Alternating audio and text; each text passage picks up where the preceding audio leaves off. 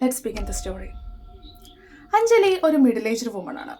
She's a nurse by profession and she forced to took some break from her career due to some personal reasons. അങ്ങനെ കുറേ നാളത്തെ പ്രയത്നങ്ങൾക്ക് ശേഷം അവൾക്കൊരു job, വീണ്ടും അവൾക്കൊരു പ്ലേസ്മെൻറ്റ് കിട്ടി. അവളുടെ ഹസ്ബൻഡിൻ്റെ നാട്ടിൽ തന്നെ നിയറസ്റ്റ് ആയിട്ടുള്ള ഒരു ഹോസ്പിറ്റലിലാണ് അവൾക്ക് ഈ തവണ ജോബ് കിട്ടിയിട്ടുള്ളത്. സോ കുറേ അന്വേഷിച്ച്, കുറേ അലഞ്ഞ്, കുറേ ബ്രേക്ക് എടുത്തതുകൊണ്ട് തന്നെ കുറേ കഷ്ടപ്പെട്ടാണ് അഞ്ജലിക്ക് ഈ ജോബ് കിട്ടിയത്. അതുകൊണ്ട് തന്നെ ഹോസ്പിറ്റലുകാർ പറയുന്ന എന്ത് അഡ്ജസ്റ്റ്മെൻറ്റിനും അഞ്ജലി ഓക്കെ ആയിരുന്നു. Just like other candidates, like people who desperately need job. അങ്ങനെ അഞ്ജലിയുടെ ഫസ്റ്റ് ഡേ തന്നെ അവർ അഞ്ജലിക്ക് നൈറ്റ് ഷിഫ്റ്റാണ് അലോട്ട് ചെയ്ത് കൊടുത്തത്.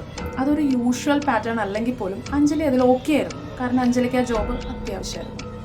അങ്ങനെ കൃത്യം 5 മണിക്ക് തന്നെ അഞ്ജലി ഹോസ്പിറ്റലിലെത്തി.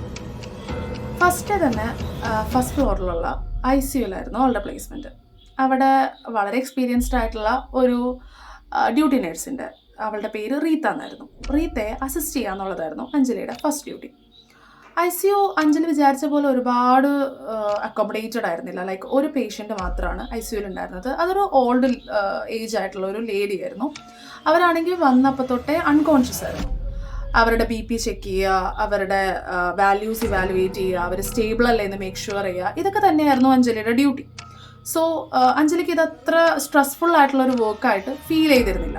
അങ്ങനെ എല്ലാം പീസ്ഫുള്ളായി പോയിക്കൊണ്ടിരിക്കെ റീത്തയ്ക്ക് ഒരു കോൾ വന്നു. അതൊരു 1 മണി 1:30 ടൈം ആയിട്ടുണ്ട്. റീത്ത കോൾ അറ്റൻഡ് ചെയ്തു. ആ കോൾ അവൾ കട്ട് ചെയ്തതിന് ശേഷം തിരിഞ്ഞിട്ട് അഞ്ജലിനോട് പറഞ്ഞു, അഞ്ജലി, എനിക്കൊരു എമർജൻസി ഉണ്ട്, ഞാനൊന്ന് അപ്പുറത്തെ ഡിപ്പാർട്ട്മെൻറ്റ് വരെ ഒന്ന് പോയിട്ട് വരാം. അവിടെ ഉണ്ടായിരുന്നൊരു പേഷ്യൻറ്റ് കുറച്ച് ഇഷ്യൂസ് ഉണ്ടാക്കുന്നുണ്ട്.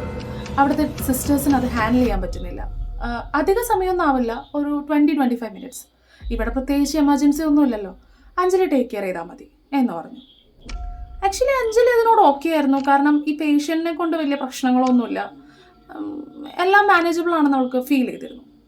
പോകുന്നതിന് മുമ്പ് റീത്ത പറയുകയും ചെയ്തു, എന്തെങ്കിലും എമർജൻസി ഉണ്ടെങ്കിൽ ആ സൈഡിലുള്ള ബട്ടണിലൊന്ന് പ്രസ് ചെയ്താൽ മതി, അടുത്ത ഡിപ്പാർട്ട്മെൻറ്റിലുള്ള ഡോക്ടർ ഇങ്ങോട്ടേക്ക് വരും, പേടിക്കാനൊന്നുമില്ല, പ്രോപ്പറായിട്ട് BP കാര്യങ്ങൾ ചെക്ക് ചെയ്താൽ മതി, ഞാനൊരു 25 മിനിറ്റ്സിനുള്ളിൽ തിരിച്ചു വരാം. അഞ്ജലി അതിന് ഓക്കെ പറഞ്ഞു. അങ്ങനെ റീത്ത ICUയിൽ നിന്ന് ഇറങ്ങി. ഇപ്പം അഞ്ജലിയും ആ പേഷ്യൻറ്റും മാത്രം ICU. ആ ഒരു ഇവൻറ്റ്, ആ ഒരു ഡിസിഷൻ അവളുടെ ലൈഫിൽ തന്നെ ഒരു ട്രോമാറ്റിക് ഇൻസിഡൻ്റ് ആവുമെന്ന് അവൾ സ്വപ്നത്തിൽ പോലും വിചാരിച്ചിരുന്നു.